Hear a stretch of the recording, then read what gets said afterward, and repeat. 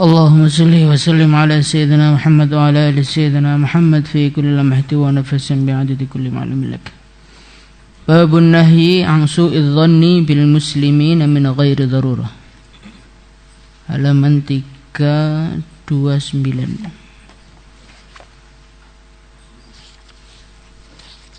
Udah ketemu? Enggak punya kitab.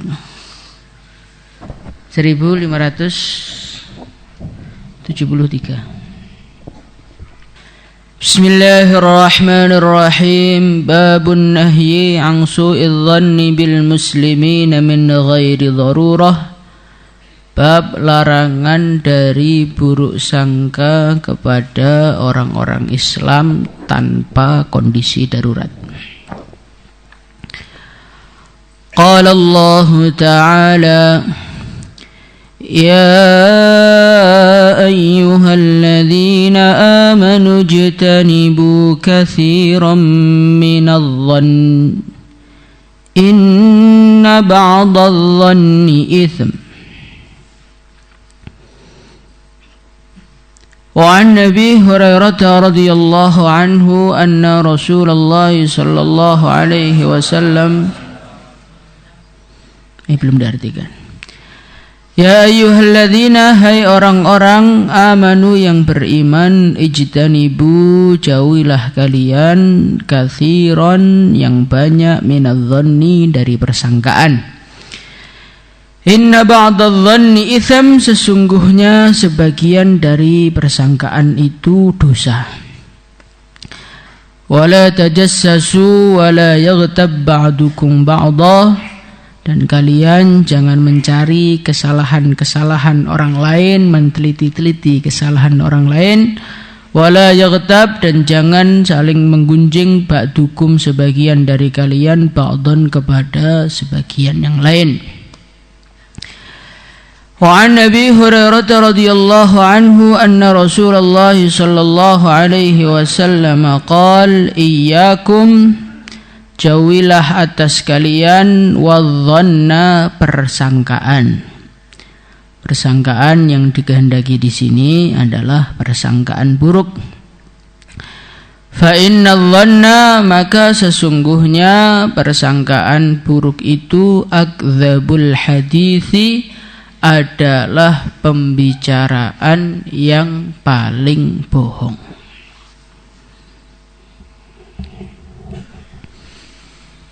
Di dalam bab ini, melalui firman Allah Subhanahu wa taala dan sabdanya Rasulullah sallallahu alaihi wasallam, ini menjelaskan kepada kita tentang larangan berburuk sangka.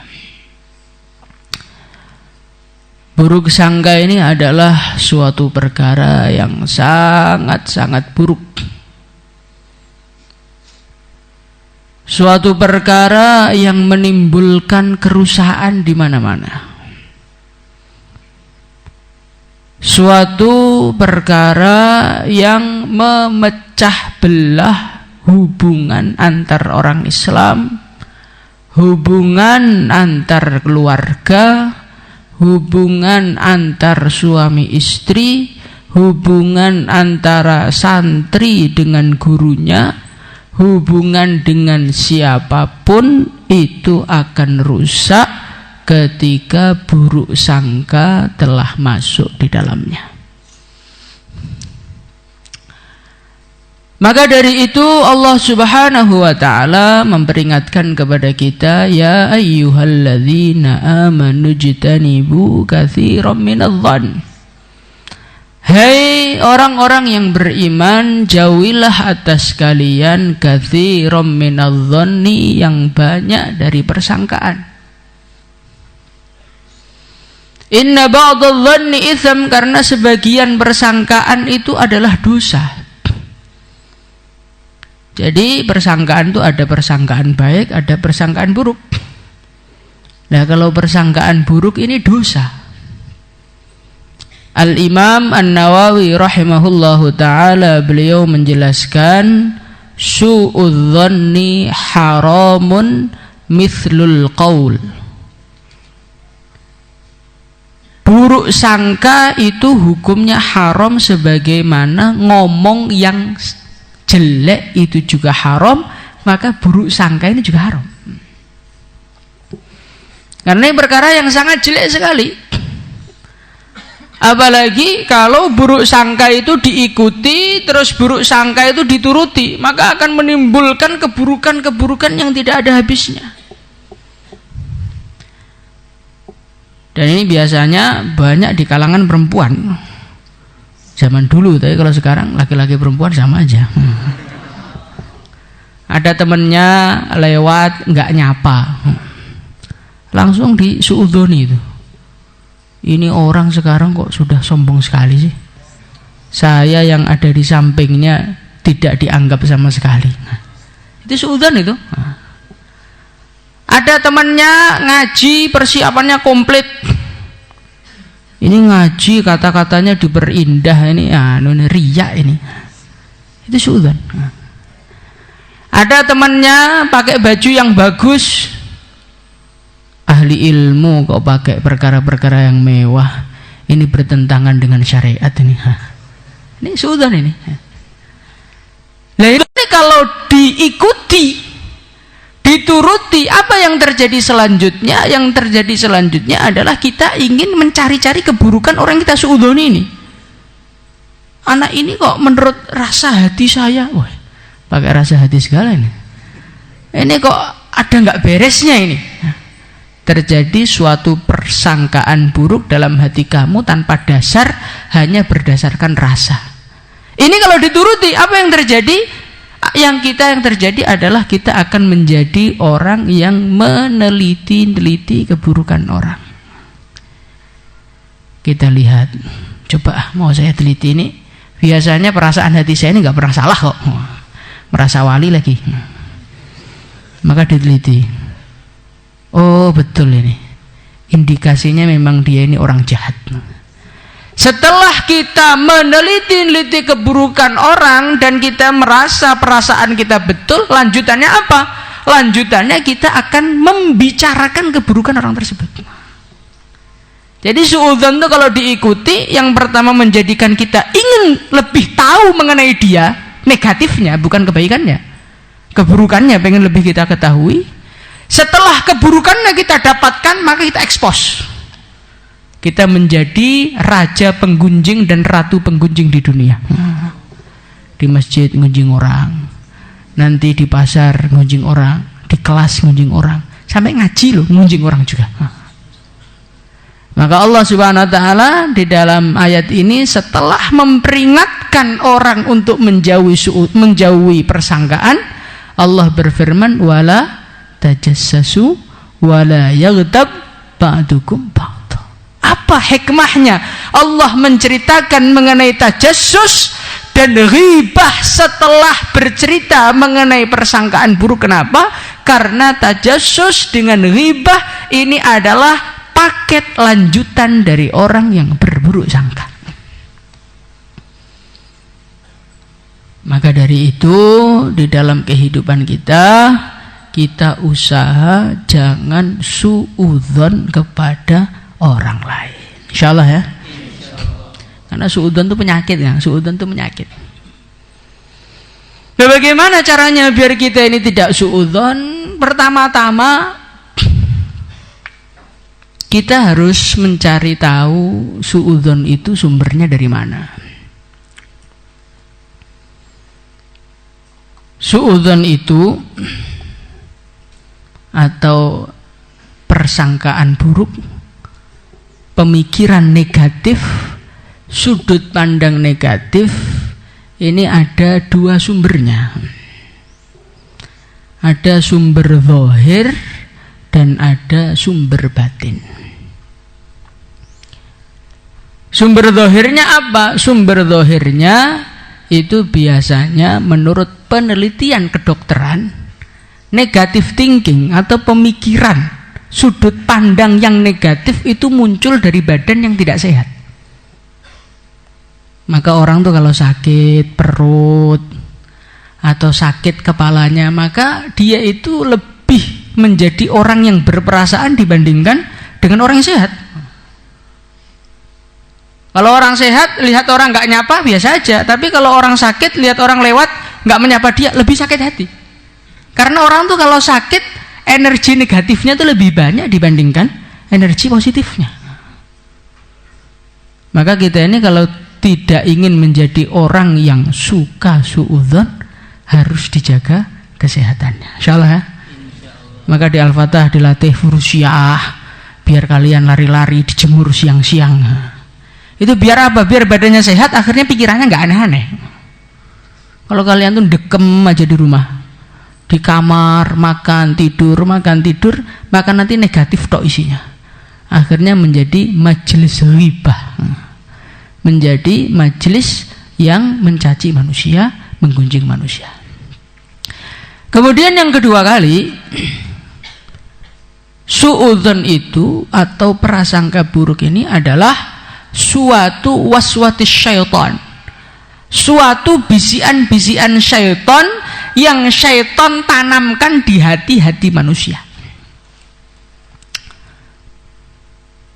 Dan syaitan ini pinter, karena dia pengalaman untuk ganggu manusia itu sudah beratus-ratus tahun atau beribu-ribu tahun. Maka orang-orang yang ditanami suudzon ini setiap orang beda-beda. Kalau yang mau ditanami suudzon itu orang-orang soleh atau orang-orang ahli ilmu, santri, ustadz, maka setan ini ngomongnya pinter. Hei fulan, kamu itu orang yang sudah banyak doa, orang yang sudah banyak ngaji. Ini sebagaimana diceritakan dalam Ruhul Bayan. Kamu ini adalah orang yang sudah mendekat kepada Allah. Maka percayailah firasat yang ada dalam hati kamu. Kok kamu menatap seorang lain rasanya nggak enak, itu indikasi memang dia itu orang buruk. Jadi setan itu membisikkan terutama kepada orang-orang santri-santri, orang-orang ahli agama, orang-orang sudah banyak korban ini dibisiki seperti itu. Ini yang rasa nggak enak, rasa suudzon kepada orang lain yang ada di dalam hati kamu ini bukan suudzon, ini adalah ketajaman firasat kamu.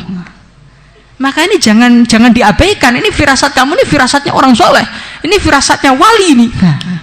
Padahal sebetulnya itu adalah suudzon, tanaman yang ditanamkan oleh syaitan.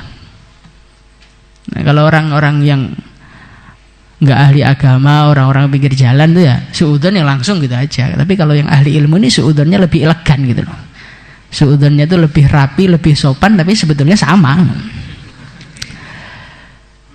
Nah, karena suudzon ini adalah suatu perkara yang didatangkan oleh syaitan, maka kuncinya wala tattabi'u khutuwatis syaitan.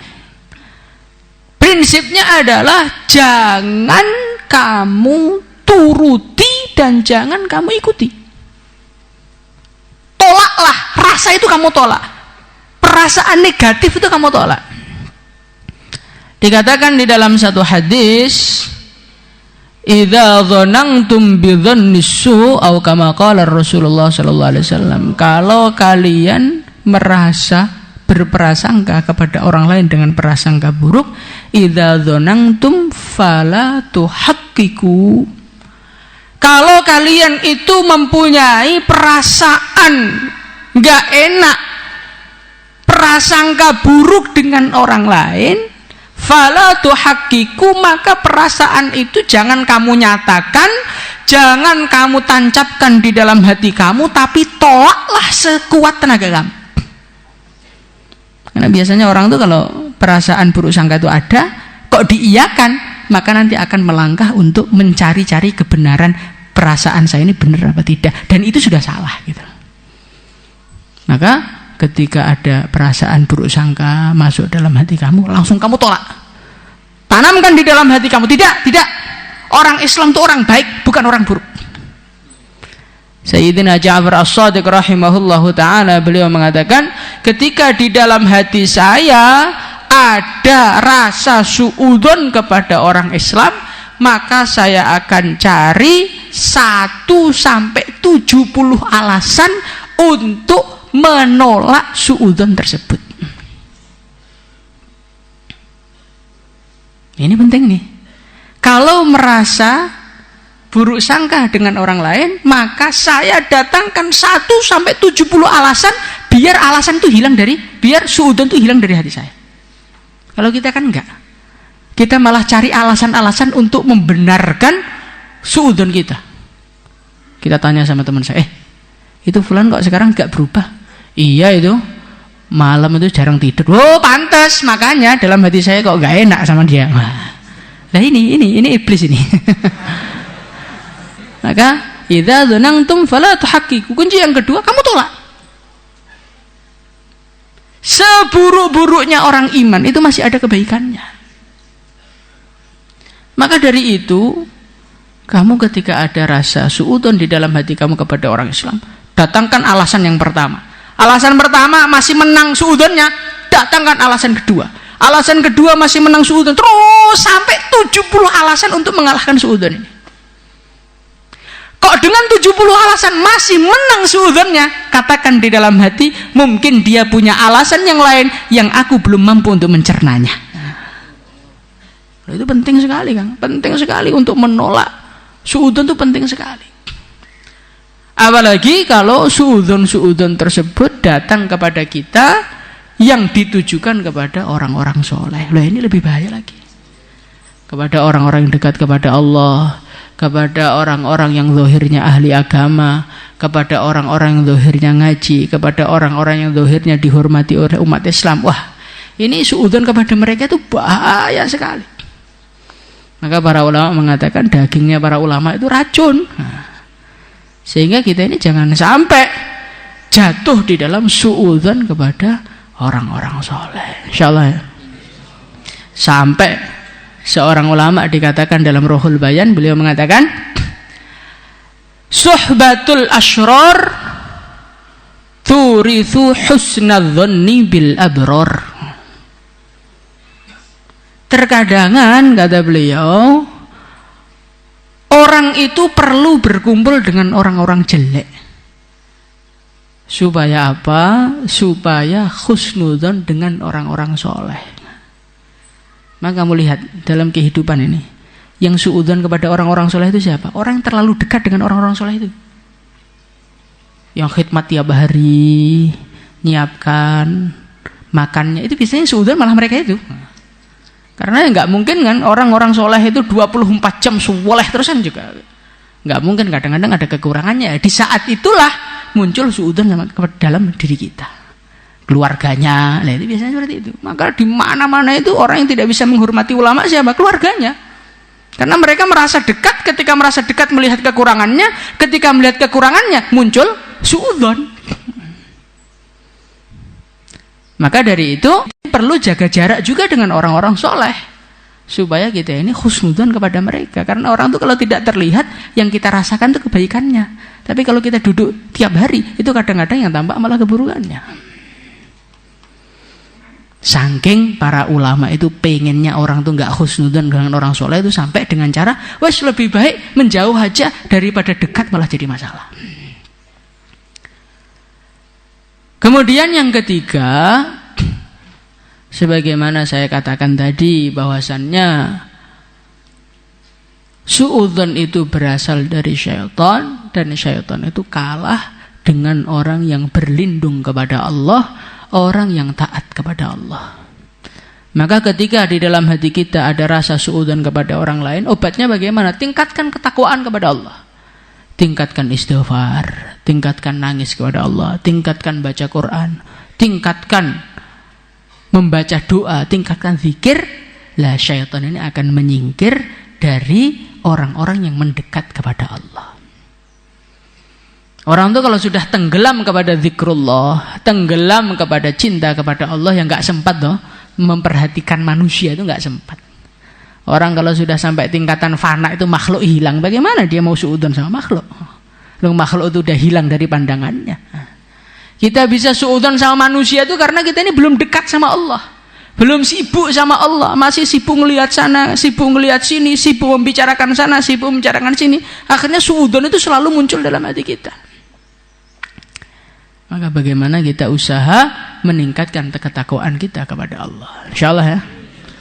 Kemudian terakhir, suudzon itu muncul dari mana? Muncul dari orang yang benci. Wa ainur ridha an kulli aibin kalilatun kama anna ainas suhti tubdi masawiya. Orang tuh kalau dalam hatinya ada cinta, keburukan tuh nggak kelihatan kok.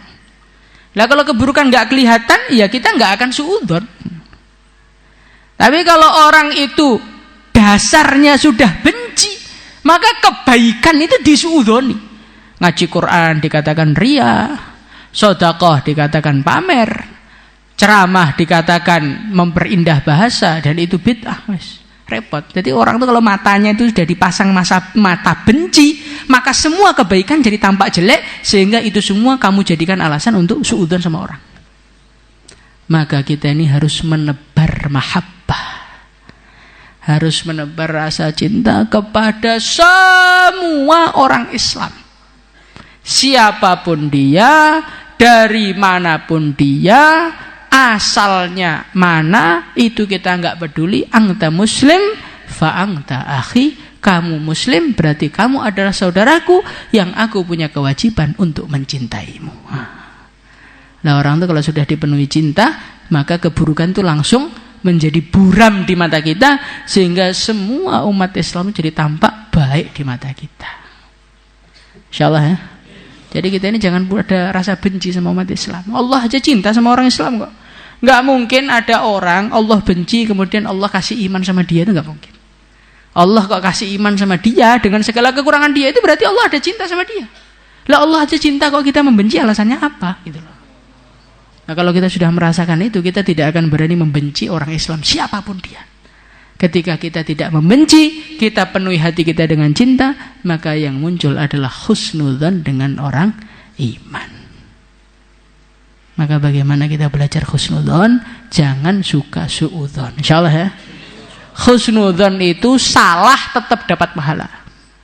Tapi kalau suudzon benar pun sudah dosa. Jadi kita buruk sangka kepada orang lain, ternyata orang lainnya begitu betulan, ya itu tetap dosa kita. Tapi kalau kita husnudzon, kita sangka orang ini wali, ternyata tidak, kita nggak akan dosa. Kita sudah husnudzon, dapat pahala. Walaupun apa yang kita sangka tidak sesuai dengan kenyataannya. Insyaallah ya. Salatullah.